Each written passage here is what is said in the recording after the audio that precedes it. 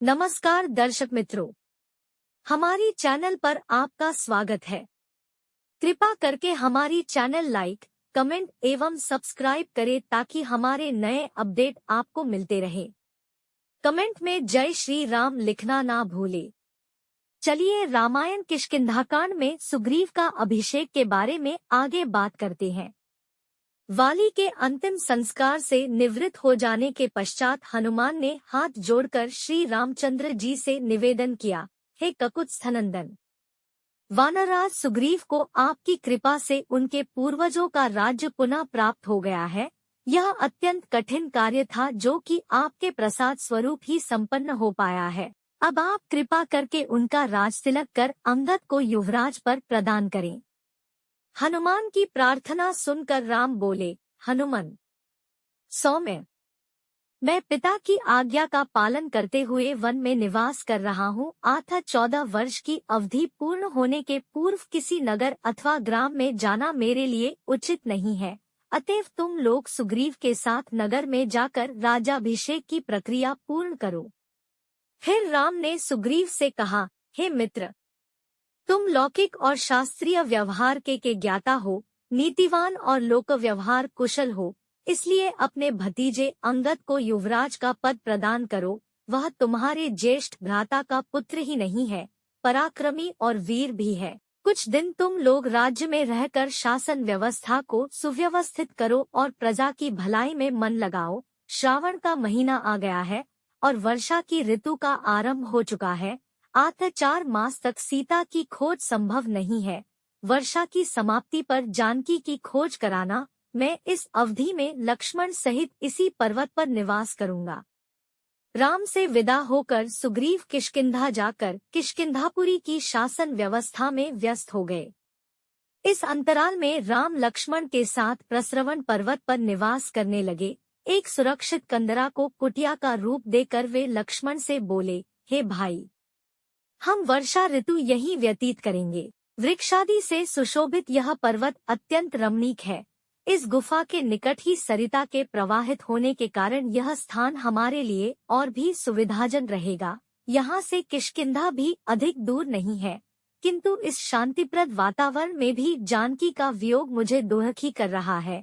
उसके बिना मेरे हृदय में भयंकर पीड़ा होती है। इतना कहकर वे शोक में डूब गए। अपने अग्रज को शोकातुर देखकर लक्ष्मण बोले, हे वीर, इस प्रकार व्यथित होने से कोई लाभ नहीं है। शोक से तो उत्साह नष्ट होता है और उत्साहहीन हो जाने पर रावण से हम कैसे प्रतिशोध ले सकेंगे। इसलिए आप धैर्य धारण कीजिए। हम रावण को मारकर भाभी को अवश्य मुक्त कराएंगे। केवल कुछ दिनों की बात और है। लक्ष्मण के वचनों से राम ने अपने हृदय को स्थिर किया और वे प्रकृति की शोभा निहारने लगे। थोड़ी देर तक वे वर्षाकालीन प्राकृतिक दृश्यों का अवलोकन करते रहे। फिर लक्ष्मण से बोले, हे लक्ष्मण, देखो इस वर्षा ऋतु में प्रकृति कितनी सुंदर प्रतीत होती है। ये दीर्घाकार मेघ पर्वतों का रूप धारण किए आकाश में दौड़ रहे हैं।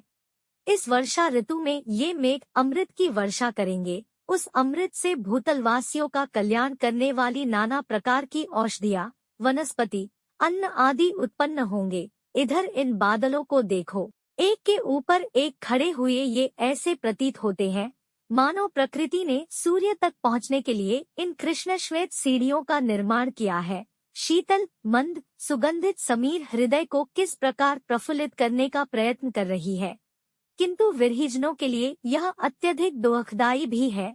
उधर पर्वत पर से जो जलधारा बह रही है, उसे देखकर मुझे ऐसा आभास होता है कि सीता भी मेरे वियोग में इसी प्रकार अश्रुधारा बहा रही होगी। इन पर्वतों को देखो, इन्हें देखकर लगता है जैसे ब्रह्मचारी बैठे हों। ये काले काले बादल इनकी मृगछालाएं हों, नदनाले इनके यज्ञोपवीत हो और बादलों की गंभीर गर्जना वेद मंत्रों का पाठ हो। कभी कभी ऐसा प्रतीत होता है कि ये बादल गरज नहीं रहे हैं, अपितु बिजली के कोड़ों से प्रताड़ित होकर पीड़ा से कराहते हुए आर्तनाद कर रहे हैं।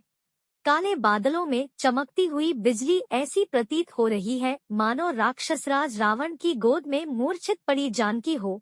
हे लक्ष्मण, जब भी मैं वर्षा के दृश्यों को देखकर अपने मन को बहलाने की चेष्टा करता हूँ, तभी मुझे सीता का स्मरण हो आता है।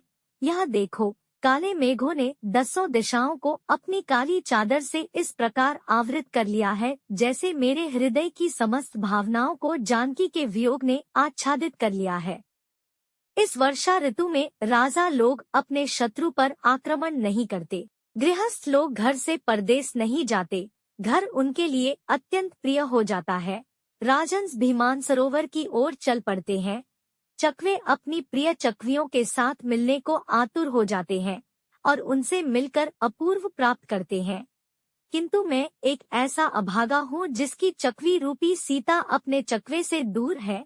मोर अपनी प्रियाओं के साथ नृत्य कर रहे हैं। ऐसा प्रतीत होता है कि बगुलों की पंक्तियों से शोभायमान, जल से भरे श्यामवर्ण मेघ मानो किसी लंबी यात्रा पर जा रहे हैं। वे पर्वतों के शिखरों पर विश्राम करते हुए चल रहे हैं। पृथ्वी पर नई नई घास उग आई है और उस पर बिखरी हुई लाल लाल बीरबहुटियां ऐसी प्रतीत होती है मानो कोई नवयौवना कामिनी हरे परिधान पर लाल बूटे वाली बेल लगाए लेटी हो। सारी पृथ्वी इस वर्षा के कारण हरितिमामय हो रही है। सरिताएं कलकल नाद करती हुई बह रही हैं। वानर वृक्षों पर अटखेलियां कर रहे हैं। इस सुखद वातावरण में केवल विरहीजन अपनी प्रियाओं के वियोग में तड़प रहे हैं। उन्हें इस वर्षा की सुखद फुहार में भी शांति नहीं मिलती। देखो, ये पक्षी कैसे प्रसन्न होकर वर्षा की मंद मंद फुहारों में स्नान कर रहे हैं।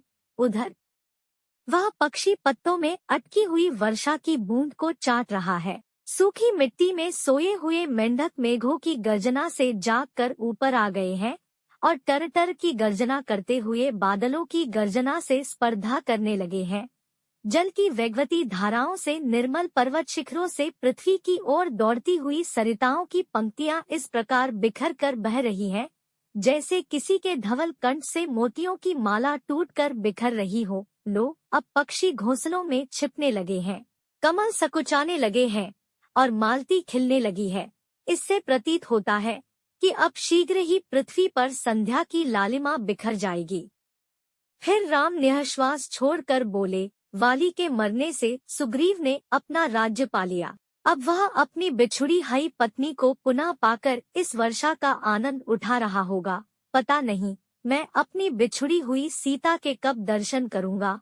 अब तो श्रावण मास का अंत हो चला है, शीघ्र ही शरद ऋतु का प्रारंभ होगा। दुर्गम मार्ग फिर आवागम के लिए खुल जाएंगे। मुझे विश्वास है शरद ऋतु आते ही सुग्रीव अपने गुप्तचरों से अवश्य सीता की खोज कराएगा।